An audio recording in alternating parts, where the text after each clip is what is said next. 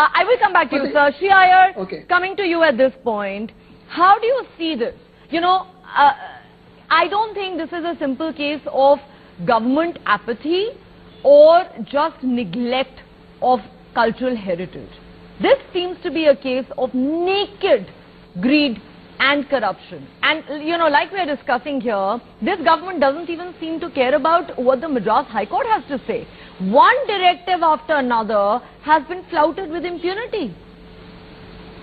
Neha, it gets worse. There is one officer called Pon Manikavel who was trying to restore some of the lands and the idols, and he has been hounded by the government. And the Madras High Court told that he needs to be appointed in his current role for another 2 years.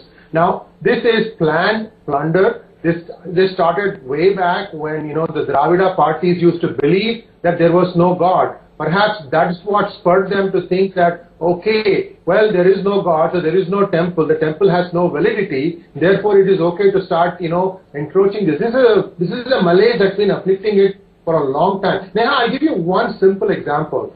There is a suburb in South Chennai called Thiruvanmiyur. It is actually Thiruvalmikiyur. It was built by a Valmiki, and it is supposedly one of the oldest temples in India, at least 2000 years. We don't even know how far back it goes. Now, the bus stand that is there today, it sits on the land of this temple. I mean, this is that is there today, it sits on the land of this temple. I mean, this is government itself has moved in and said, I'm going to build this bus stand here, and therefore, you know, the point I'm trying to make is you take Madurai temple, you take Tanjavur temple, you take Kanchipuram. Kanchipuram it's a city of temples. You take any of these people, you go through there, you see naked encroachment and total pandering to the party interest, where every time a new party comes in, they figure out a new way to go and grab this land and shore it for their own people. I mean, this is the worst thing that you can think of that is happening in Tamil Nadu. Not only this, the priests in the temple are not paid at all, or 50 rupees or something per month. Think about it, 50 rupees a month,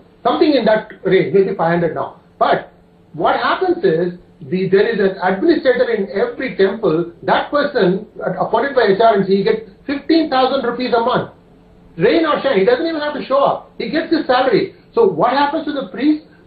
My humble request to all the devotees who go to temples in Tamil Nadu, please put your offerings not in the hundi but on the aarti plate, because the aarti plate, whatever we put there, that goes to the priest. Whatever is put in the hundi goes to the temple. If you want to put something in the hundi, please write a piece of paper, say save our temple, and put that in the hundi. This government needs to be taught a lesson, totally apathetic. Okay.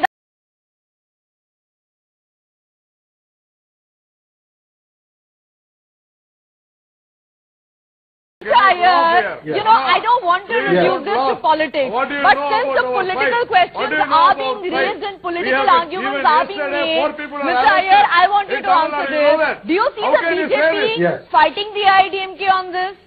Do you really see them doing that? You want to move this world in a different way. I strongly condemn you, Neha. Sir, why are you condemning me? I'm asking you a simple question. You are a party that talks about Hinduism. You are a party that talks about temples. I'm saying, why just focus on Ram Mandir, sir? Why not focus on the temples in Tamil Nadu and elsewhere? I am telling you, how do you know that? Okay, so let's get the... Okay, fine. You're saying I'm wrong. What do you know? I'm asking you a question. You're saying I'm wrong. Let's get an answer from the other panelists. Okay, Mr. Tirupati, you can disagree with me. I'm only asking questions. Shri Iyer, go ahead, sir. Go ahead, sir. I'm sure you heard my question. What do you think? To be fair, Narayanan, please, let me have my 2 cents. Please, let me come in with my 2 cents of input. Yes, Mr. Iyer. Mr. Narayanan is right. H. Raja has been taking up this issue all over the state. In fact, there is naked pandering of minority interests. I'll give an example. But where do minority interests come in here when we're talking about greed and corruption and loot? I'm telling you an instance. No, there is loot as well as pandering. I'll tell you an instance. Hey, come on, please. Let me have my 2 cents, okay? Madurai temple had 45 acres within the city of Madurai, which it won from a church by a decree of a constitutional bench of Supreme Court. Guess what the HRNC and TN government did? They handed over the land back, forcibly taking it from the temple. This alone was worth 600 crores. What is the temple to do? It has won the case in the Supreme Court on a constitutional bench, and the government goes and snatches it back from them and gives it back to the church. Okay, I mean, this is beyond my comprehension. This is Supreme Court. I will take a